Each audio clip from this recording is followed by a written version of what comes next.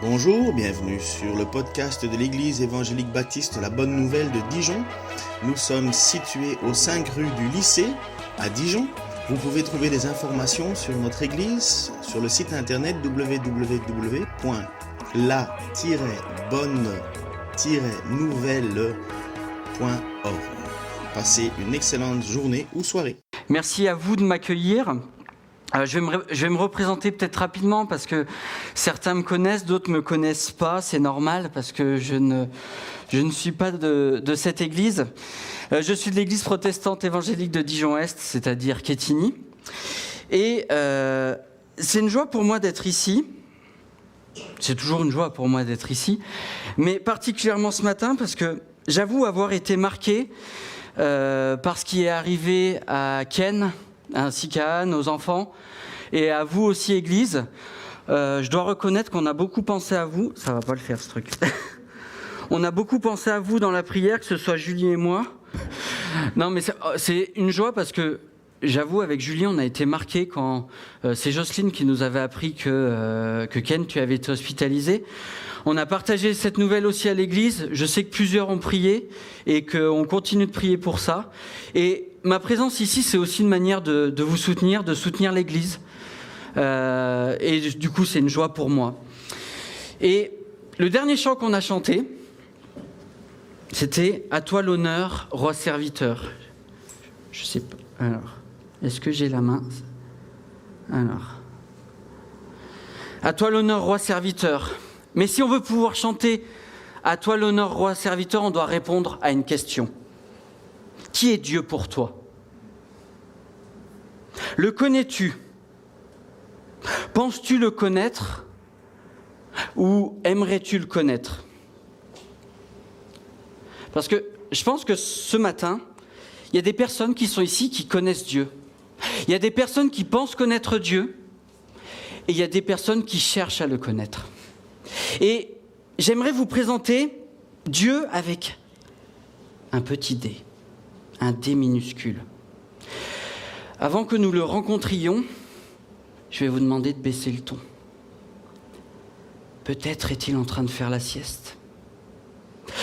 Vous savez, ce n'est qu'un vieil homme un peu perdu dans ce monde ultra sophistiqué, qu'il n'apprécie d'ailleurs pas beaucoup. Sa période de gloire sur laquelle il s'étend, quand vous arrivez à nouer la conversation, il l'a eue il y a belle lurette, bien avant la naissance de la plupart d'entre nous. C'était le bon vieux temps, à l'époque où les gens se souciaient de son opinion.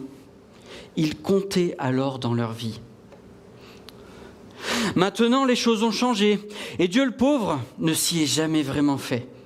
La vie a évolué, l'a laissé loin derrière. À présent, il passe le plus clair de son temps à rêvasser dans le jardin, derrière la maison.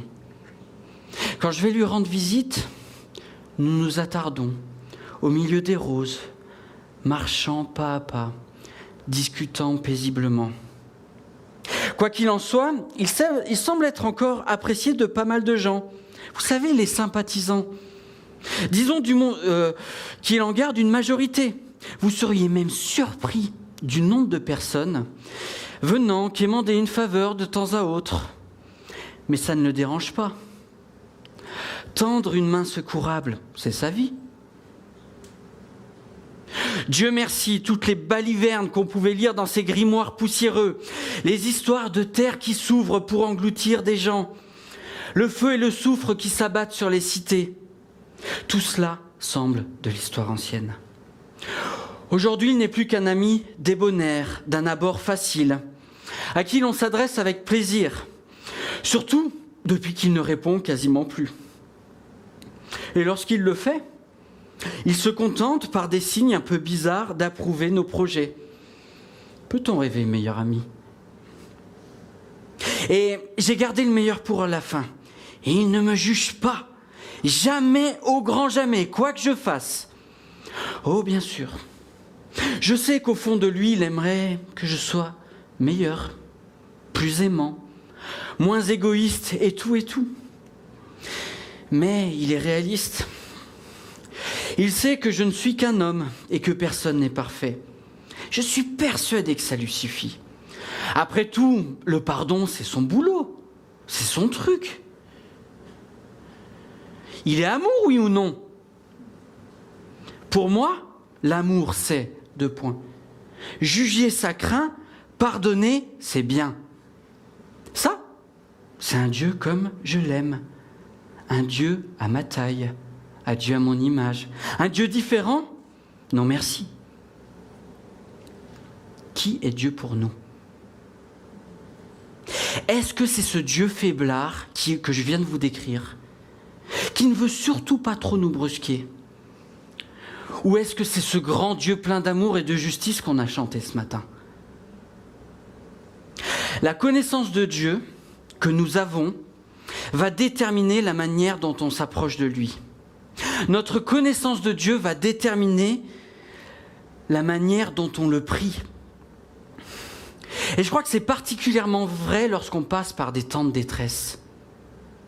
Si notre compréhension de Dieu elle est erronée, c'est là qu'on risque de se décourager dans l'épreuve. Si notre compréhension de Dieu elle s'approche de ce que décrit la Bible, il y a plus de chances pour nous que nous puissions persévérer. Et ce matin, on va aller dans les psaumes. Et il se trouve qu'il y a un auteur des psaumes qui est plutôt expert en détresse en tout genre. David. Et au travers du psaume 70, on va voir son cri du cœur. Et son cri du cœur va nous rappeler qui est Dieu. Et il va nous poser cette question que je vous affiche. À quoi t'attends-tu lorsque tu cries à Dieu? Parce que si on crie à Dieu, c'est qu'on attend quelque chose. On ne le fait pas sans raison. À quoi est-ce que tu t'attends lorsque tu cries à Dieu? Et je vais lire le passage, psaume 70, donc il y a 6 versets. Au chef de chœur, un psaume de David pour se rappeler au souvenir de Dieu. Ô Dieu, délivre-moi. Éternel, à toi de venir à mon aide. Qu'il soit couvert de honte, rempli de confusion ceux qui cherchent ma mort. Qu'ils battent en retraite, qu'ils soient déshonorés ceux qui se réjouissent de mon malheur. Mais que tous ceux qui te sont attachés soient débordants de joie, et qu'ils s'égaient en toi, et que tous ceux qui aiment ton salut redisent constamment que Dieu est grand. Moi, je suis pauvre et malheureux. Ô Dieu, viens vite auprès de moi, toi qui es mon secours et mon libérateur. Éternel, hâte-toi. Comme de nombreux psaumes, le psaume 70 était un psaume qui était aussi chanté. Et c'est un petit détail dans le verset 1 qui nous permet d'affirmer cela. Un psaume de David pour se rappeler au souvenir de Dieu. Peut-être que dans d'autres versions que vous avez, vous voyez l'expression « pour souvenir » ou « pour mémorial ». Et ce n'est pas quelque chose d'anodin en fait. Il s'agit d'un type de sacrifice dont il est allusion, qui était pratiqué dans l'Ancien Testament, et c'est ce que développe un commentateur, Alfred Kuhn. Voici ce qu'il dit.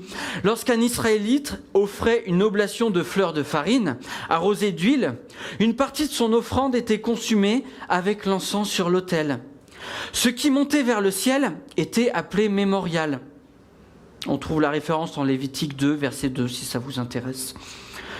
Et en fait, ce psaume, notre psaume là dont il est question, devait être chanté pendant ce sacrifice, avec accompagnement de musique au moment où ce mémorial, donc ce sacrifice, était consumé. Donc, si je résume, nous avions, il va trop vite, une prière qui disait cela. Une prière chantée. C'est comme si ce matin on avait chanté un chant comme ça. Qu'ils soient couverts de honte, remplis de confusion ceux qui cherchent ma mort.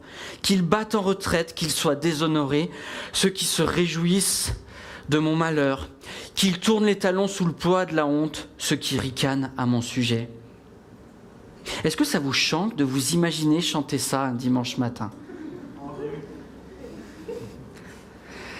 Nous sommes ici en fait dans ce que les théologiens appellent les psaumes imprécatoires. Ce sont tous ces psaumes où l'auteur demande à ce qu'il arrive des malheurs sur des individus. Comment considérer ce type de prière ? Parce que ces prières nous choquent, n'est-ce pas ?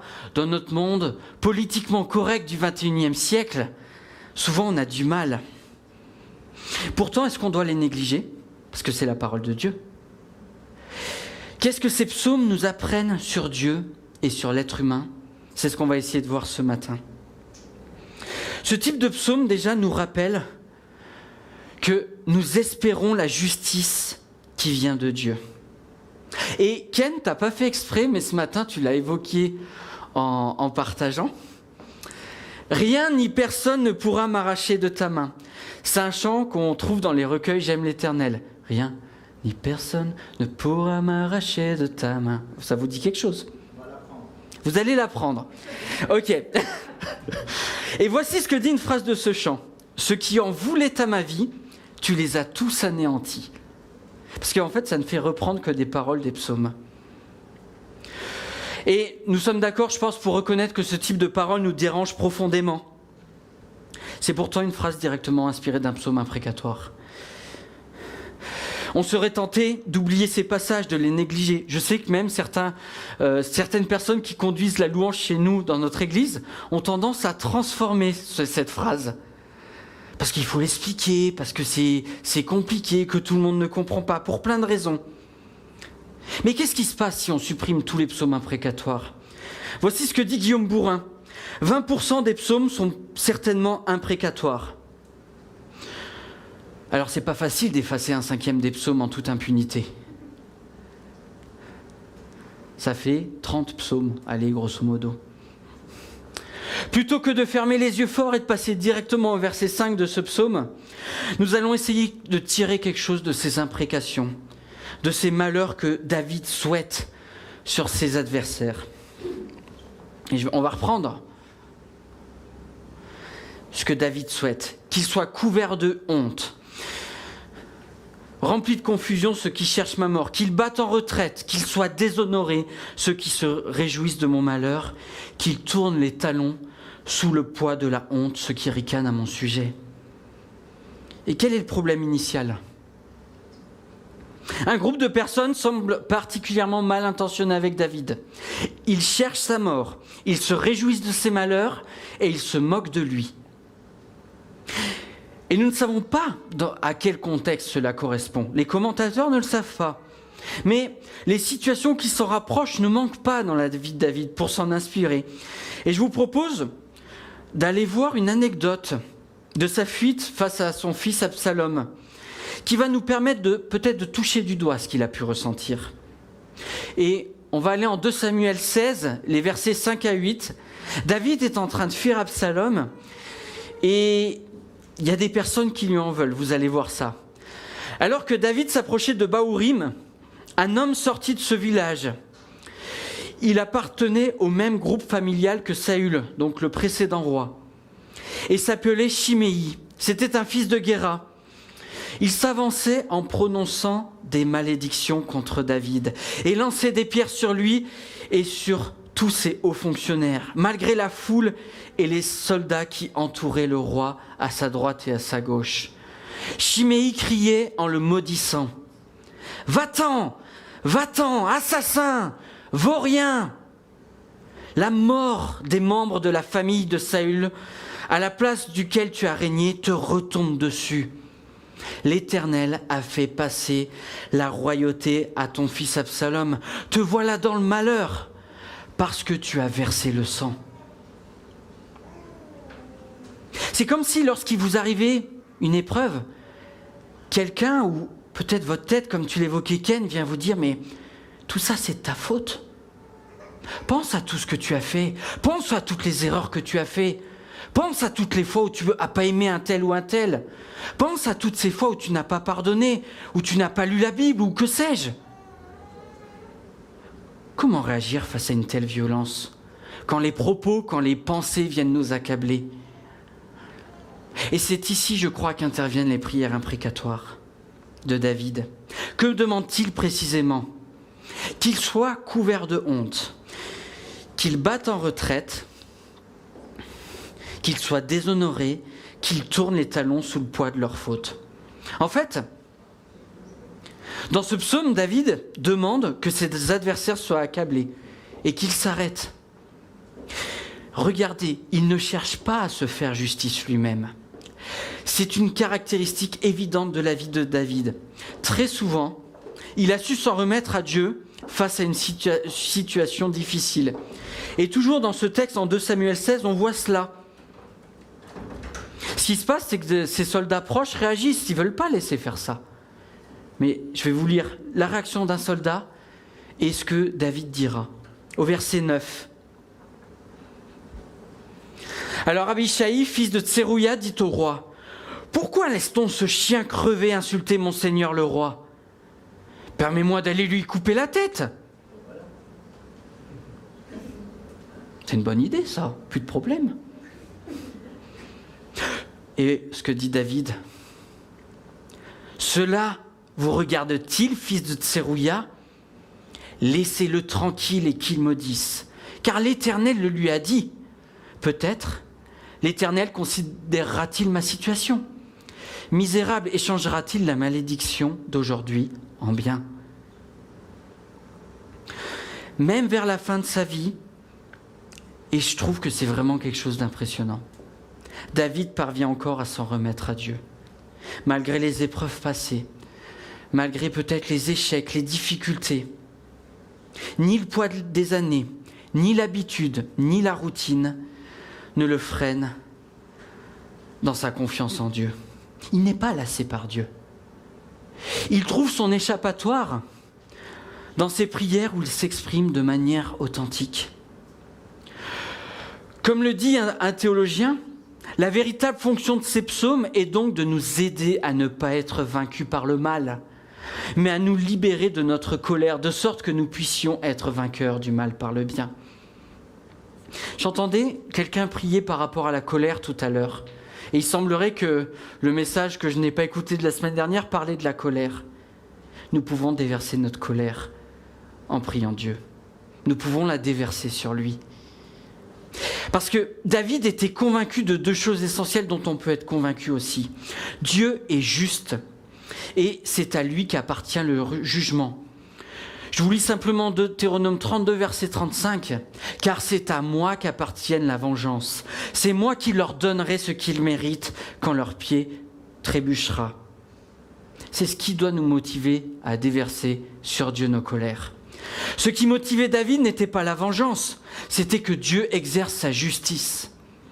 Dans la quasi-totalité des psaumes imprécatoires, il n'y a rien qui soit en opposition à la loi de Dieu.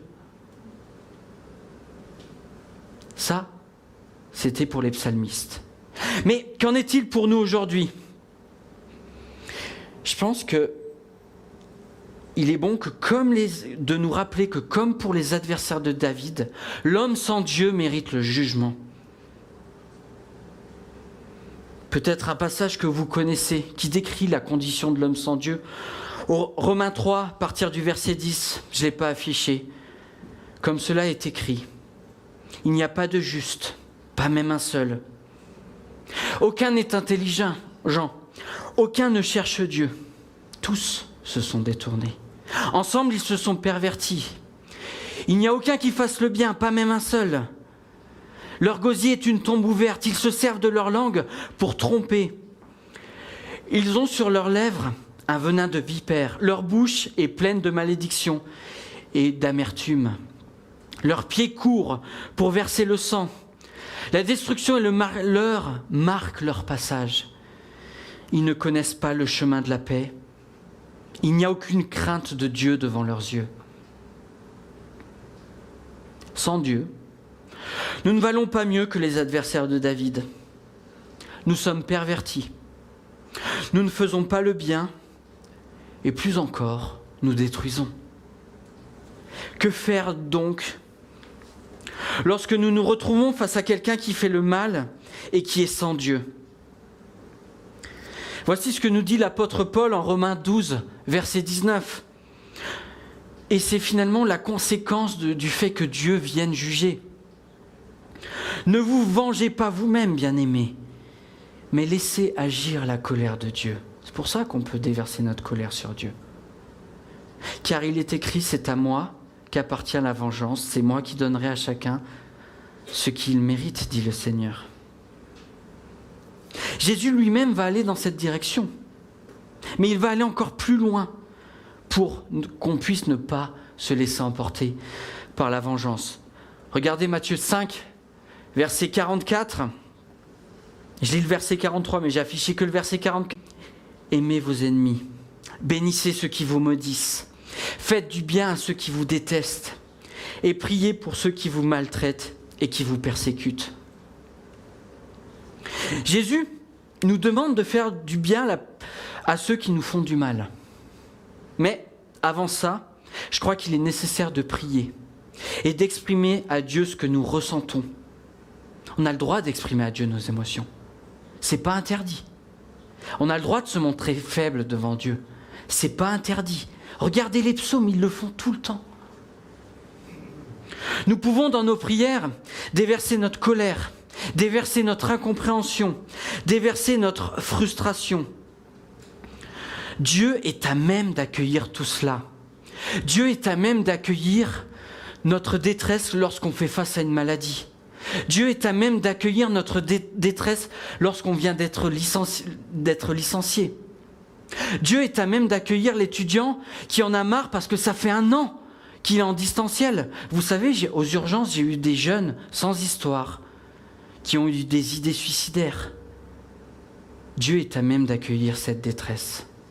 Il est là pour la recevoir. Se décharger sur Dieu de toutes ces émotions empreintes de colère pour ensuite pouvoir faire ce que Dieu attend de nous. Parce que la barre, elle est haute. Est-ce que je parviens à aimer ceux qui me font du mal ? Est-ce que je parviens à prier et à demander que leur cœur change ? Est-ce que je prie pour les aimer davantage ? Est-ce que je saisis les occasions pour leur faire du bien ? C'est dur, n'est-ce pas ? Je pense à Franck, qui a déjà prêché ici, qui disait « Si tu as du mal avec quelqu'un, commence par prier pour lui. » Ça peut être une piste. Mais, puisque c'est dur, lorsque nous pensons ne pas être capables de réagir correctement face à l'injustice, il me semble bon de nous rappeler 2 choses. La première de ces choses, nous pouvons nous souvenir de Jésus. C'est lui qui a vécu la plus grande des injustices. Ceux qui l'ont condamné ont voulu lui ôter la vie. Ils se sont réjouis de son malheur. Ils se sont moqués de lui. Et pourtant, vous savez ce que Jésus dit sur la croix ? Père, pardonne-leur, car ils ne savent pas ce qu'ils font. Et puisque Jésus a su le faire, il nous rend capables de le faire aussi. Demandons-lui de nous donner la force de dire « Père, pardonne-lui, car il ne sait pas ce qu'il fait. » Dieu, au travers de Jésus, nous donne la force de faire cela. Le pardon, ce n'est pas quelque chose dont on est capable. C'est quelque chose de miraculeux qui vient de Dieu. Donc ne dites pas « je ne crois pas au miracle ». Si Dieu t'a rendu capable de pardonner, c'est qu'il a fait un miracle dans ton cœur. Et si l'injustice demeure, par les psaumes imprécatoires, Dieu veut nous rappeler qu'il jugera avec justice l'injustice. Dieu est le juste juge. Et simplement, je vais vous lire Apocalypse 20, la fin de l'histoire de la Bible finalement. À partir du verset 11. « Je vis alors un grand trône blanc et celui qui était assis. La terre et le ciel s'enfuirent. Loin de lui, on ne trouva plus de place pour eux. Je vis les morts, les grands et les petits, debout devant le trône. Des livres furent ouverts. Un autre livre fut aussi ouvert, le livre de vie. Les morts furent jugés conformément à leurs œuvres, d'après ce qui était écrit dans ces livres. La mer rendit les morts qu'elle contenait. La mort et le séjour des morts rendirent aussi leurs morts, et chacun fut jugé conformément à sa manière d'agir. Puis la mort et le séjour des morts furent jetés dans l'étang de feu. Les temps de feu, c'est la seconde mort. Tous ceux qui ne furent pas trouvés inscrits dans le livre de vie furent jetés dans les temps de feu. Vous savez, Dieu nous rappelle qu'à la fin, les êtres humains seront répartis en deux catégories. Ceux qui ont accepté Dieu par la foi et ceux qui ne l'ont pas accepté. Et face à l'injustice, il est bon de se rappeler que rien ni personne ne pourra nous arracher de sa main, parce que nous avons placé notre confiance en lui. Et la deuxième chose que nous allons voir, c'est nous espérons la joie qui vient de Dieu. Vous vous dites, mais qu'est-ce qu'il dit ? Il vient de parler de l'Apocalypse, peut-être l'un des textes qui fait le plus peur, et il nous parle de joie. Parce que le fait de lire un texte comme je viens de le lire, je ne suis pas sûr que ça vous rassure, n'est-ce pas ? Parfois, ça fait peur. Ça peut provoquer de la crainte. Si l'on pense sérieusement au jugement de Dieu à venir, il est normal de l'appréhender. Et je crois que c'est ce genre de crainte dont Dieu s'est servi lorsque je suis devenu croyant. Il y a quelque chose de particulier qui m'a fait vaciller. Je vous raconte rapidement la scène. J'étais chez mes grands-parents qui allaient tous les dimanches à l'église. J'étais allé à l'église, j'étais déjà travaillé par ce que j'avais entendu et tout. Je cogitais, je commençais à demander à ma mère, mais comment on fait pour devenir chrétien ? Elle m'a expliqué. J'ai continué à réfléchir. Et là, à peu près vers minuit, 1h du matin, on rentrait tard, c'est loin. Je passe devant la centrale nucléaire d'Ambérieu-en-Bugey. Je vous situe, j'ai 10 ans. Et au loin, voilà ce que je vois un peu. Je devine les 2 réacteurs et je vois ces lumières rouges. Et cette fumée que je devine. Et mon esprit très débordant d'enfant de 10 ans me fait m'imaginer, imagine c'est une astéroïde qui tombe sur la Terre. Et là je me dis, mais saisi d'angoisse, mais si c'est vraiment une astéroïde, ça veut dire que je vais aller en enfer. Je me suis souvenu de tout ce que j'avais entendu. Je me suis mis à m'imaginer, finalement, que c'était la fin du monde. Et si Jésus revenait maintenant ? J'étais coupable. Et si Jésus revenait maintenant ? J'étais du mauvais côté. Mais, vous avez vu, mais que tous ceux qui te sont attachés soient débordants de joie et qu'ils s'égaient en toi. Et que tous ceux qui aiment ton salut redisent constamment que Dieu est grand. Mais, et je pense que ce mot est important, 4 lettres, un mot apparemment insignifiant, pourtant il est essentiel ici. Alors que David parlait de ses ennemis juste avant, ici il y a un changement de ton. David va maintenant parler d'une autre catégorie de personnes. Ceux qui te sont attachés, ceux qui te cherchent. David établit clairement une différence entre ceux qui cherchent Dieu et ceux qui ne le cherchent pas. Et en se focalisant sur ceux qui cherchent Dieu, ceux qui le suivent, David semble affirmer une chose essentielle. Rechercher la justice est une chose honorable. Et on voit plein de gens, des non-croyants autour de nous qui recherchent la justice. Mais ce n'est pas une fin en soi. Sans Dieu, même si on recherche la justice, on mérite le jugement de Dieu. L'enjeu ici est bien de savoir si nous suivons ou si nous rejetons Dieu. De quel côté sommes-nous ? Qui suivons-nous ? Qui est notre Dieu ? Est-ce que c'est la recherche de la justice ? Ou est-ce que c'est Dieu lui-même ? Et David va nous rappeler ici 3 choses importantes pour ceux qui suivent Dieu. 3 encouragements finalement. Qu'ils soient débordants de joie, qu'ils s'égayent en toi et qu'ils redisent constamment Dieu est grand. Pourquoi David demande-t-il ces choses ? J'imagine ici 2 raisons. Le poids de l'injustice et l'espoir du jugement qui vient de la part de Dieu peuvent être des raisons qui peuvent nous faire douter de Dieu. Parce que l'injustice est toujours en face de nous. Et le jugement n'est pas encore venu finalement. Nous sommes tentés d'être focalisés sur ce qui ne va pas. Surtout qu'il paraît que les Français sont champions du monde pour ça. Sur ce qui pourrait être mieux. Mars 2020, le gouvernement dit « on ne veut pas de masque ».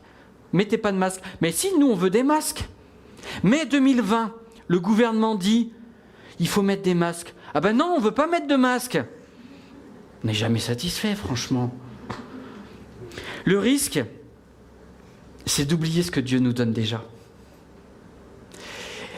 Et ce que nous donne déjà, la première chose, c'est la joie. Qu'il soit débordant de joie. La Bible présente la joie comme une caractéristique essentielle du croyant.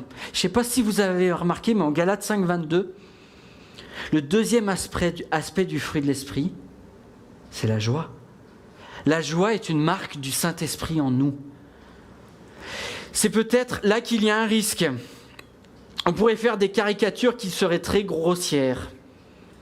Être joyeux selon Dieu, ce n'est pas se réjouir des malheurs. Ce n'est pas rire dans la détresse. Ce n'est pas être euphorique quand on nous annonce une triste nouvelle.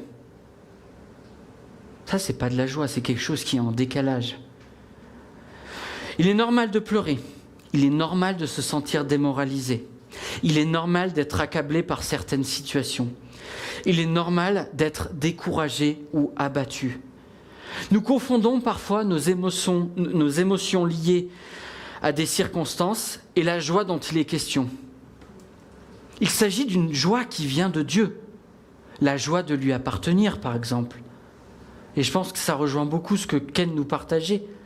La joie peut-être d'être passé par ce moment difficile parce qu'il a appris certaines choses sur lui, sur sa foi, sur sa relation à Dieu. Et c'est ce qu'on vit tous lorsqu'on passe par l'épreuve. À la fin, on dit merci Seigneur, parce que tu m'as appris des choses.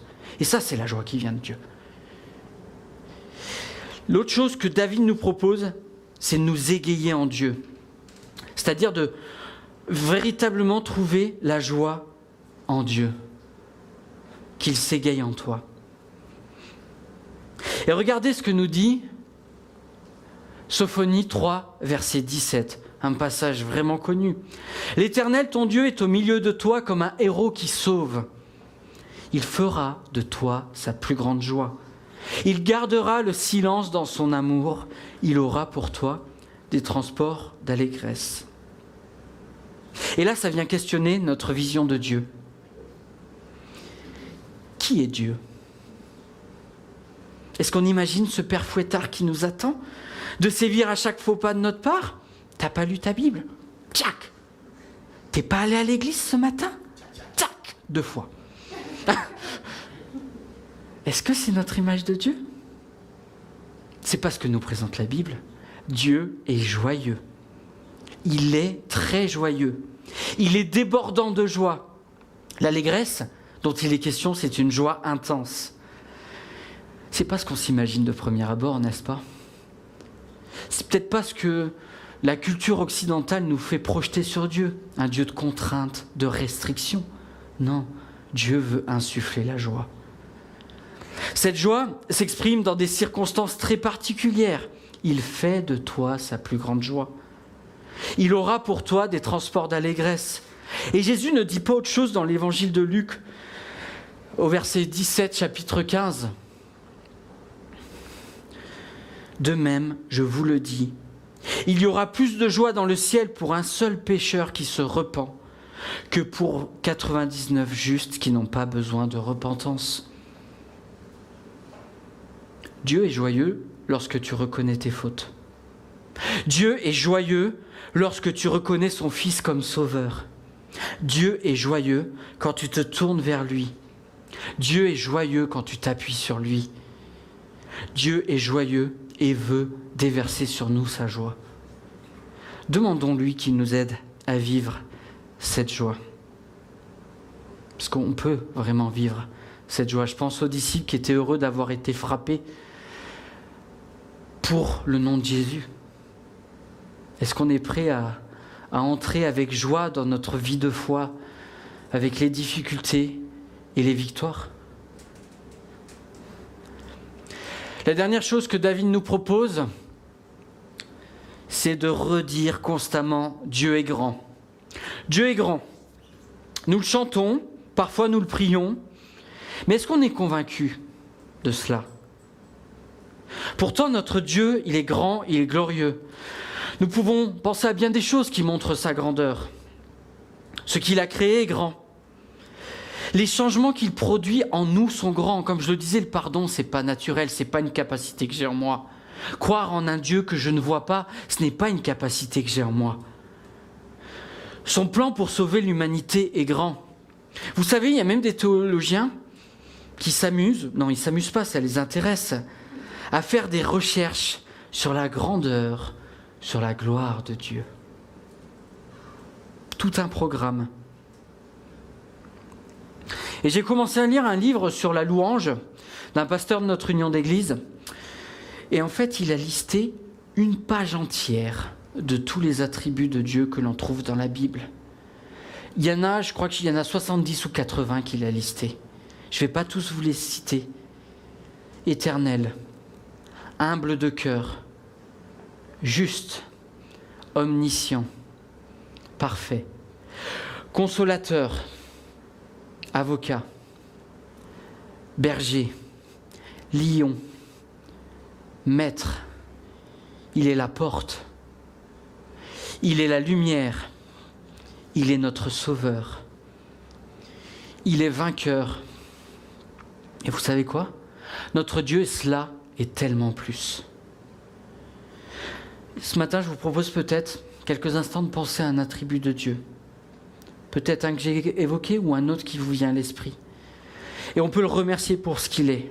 Parce que ce grand Dieu, qui paraît tellement plus grand que ce que nous pouvons imaginer, agit dans nos vies. Il vient nous transformer, il vient nous soutenir, il vient nous changer pour sa gloire.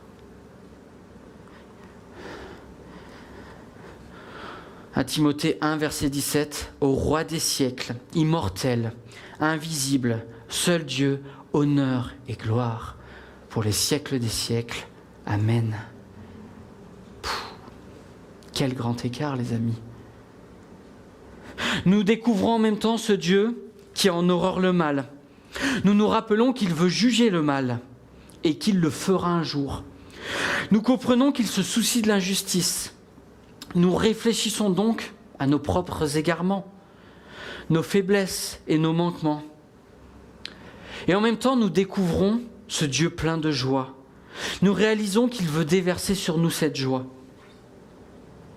Nous nous rappelons de la grandeur de sa gloire, qui nous permet seulement de toucher du doigt. Comment ne pas nous sentir dépassés, submergés par ces attributs de Dieu qui sont tellement au-dessus de ce que nous vivons. Nos vies sont bien à des années-lumière de cette gloire, de cette grandeur. Mais vous savez quoi ? David n'a pas ressenti autre chose. Il était dépassé. Moi, je suis pauvre et malheureux. C'est ici le cri du croyant qui s'approche de Dieu. Lorsque nous découvrons l'amour pour la justice que Dieu a, nous réalisons nos manquements, nous voyons toutes nos injustices. Nous réalisons nos incapacités, nous réalisons que nous sommes bien loin de ce que Dieu attend. Mais nous réalisons aussi la grâce extravagante de Dieu. Il procure de la joie à celui qui s'approche de lui. Il déverse cette joie sur son disciple. Il révèle sa gloire et il nous en fait bénéficier. Moi, je suis pauvre et malheureux. Il est légitime pour nous de reconnaître notre immense faiblesse et son immense grandeur. Cela nous dépasse, mais regardez. C'est comme si David était convaincu que l'amour surabondant de Dieu allait l'emporter. L'amour surabondant de Dieu va l'emporter. Malgré sa grande humilité, malgré sa grande faiblesse, voici le cri du roi David. « Ô Dieu, viens vite auprès de moi, toi qui es mon secours et mon libérateur. Éternel, hâte-toi. » Dieu est notre libérateur. Nous pouvons regarder à l'histoire du peuple juif avec Néhémie dans l'Ancien Testament. Qu'est-ce qui se passe dans Néhémie ? Le peuple, finalement, vient de remettre le nez dans la loi de Dieu. Il l'a oublié. Ça fait un petit moment qu'il l'a oublié. Il vient de redécouvrir l'exigence de la loi de Dieu. et ils sont submergés par l'émotion. Ils sont submergés par la tristesse. Et voici ce que on peut lire en Néhémie, l'exhortation des leaders spirituels. Ne vous affligez donc pas, car la joie que donne l'Éternel est votre force. La joie de l'Éternel est notre force. Dominique Anger, un pasteur, nous donne ici 2 clés que je voudrais vous partager afin que nous puissions expérimenter et vivre cette forteresse de joie. Je vais dire cette citadelle de joie pour faire écho au chant qu'on a chanté, dont il est question. La première chose que Dominique Anger nous propose, c'est de réaliser la gravité de nos fautes. Être triste, accablé par la lecture de la loi de Dieu, c'est quelque chose de normal. Dieu a en horreur le péché. Mais la plus grande des joies, très présente dans les psaumes, c'est celle du pécheur qui reçoit le pardon de Dieu. Je pense au psaume 32, où David confesse son péché. Il reconnaît ses fautes devant Dieu. Et qu'est-ce que nous dit le psaume ? Aussitôt, David a été pardonné. La libération, la joie que procure le pardon. La deuxième chose qu'il nous faut réaliser, c'est le triomphe absolu de Jésus à la croix. Il est normal de pleurer sur nos fautes, sur la saleté qu'il y a dans notre cœur. Mais à un moment, on doit s'arrêter. On doit dire stop. Parce que la grâce de Dieu triomphe sur le mal à la croix. Jésus a payé pour nos fautes. Jésus nous déclare justes. Et on a tous cette tentation à un moment, lorsqu'on a confessé quelque chose à Dieu, on prend un sac finalement plein de cailloux, plein de pierres, on le donne à Dieu, mais on se dit, ouais, mais je vais le reprendre. Lâche ton sac. Lâche ton sac au pied de la croix. Jésus est là pour le porter. Jésus a payé pour tes fautes. Jésus te déclare juste. Jésus déclare juste celui qui reconnaît ses fautes et qui se tourne vers lui. Alors les amis, continuez à nous tourner vers lui. Et si tu ne l'as pas fait ce matin, je t'encourage à te tourner vers lui. Tu es écrasé sous le poids de tes fautes. Dieu, au travers de Jésus, est là pour te libérer. Il est notre espoir, source de justice et source de joie. Seigneur, je veux te remercier pour ta parole, pour ces psaumes qui sont pleins d'émotions, pleins de tout ce qu'on vit dans nos vies, de luttes, de questionnements, de doutes, mais aussi qui nous rappellent ta gloire, qui nous rappellent ta joie. Un commentateur disait que les psaumes sont ces moments où des hommes déversent le trop-plein de leur cœur sur toi, Seigneur. Et je te prie qu'on puisse vivre ça, déverser sur toi nos souffrances, nos luttes, nos questionnements, nos doutes, et nous rappeler ce que toi tu as fait. Parce qu'après avoir épanché son cœur, David se souvient de qui tu es, Seigneur. Et que jour après jour, nous puissions vivre dans nos prières ces moments où nous te parlons de ce que nous vivons, de ce que nous ressentons, de ce que nous percevons dans nos émotions, pour ensuite pouvoir nous rappeler de qui tu es et de ce que tu fais dans nos vies, Seigneur. Les psaumes, finalement, c'est un peu de la théologie appliquée, faite de moments où nous sommes loin de toi, où nous doutons, et parce qu'on a déversé sur toi nos souffrances, nous pouvons nous dire, oui, c'est vrai, Seigneur. Tu es celui sur qui nous pouvons compter. Tu es celui sur qui nous pouvons nous reposer. Tu es notre rocher. Tu es notre libérateur. Tu es notre citadelle. Et merci pour cette assurance que tu nous donnes, Seigneur. Amen.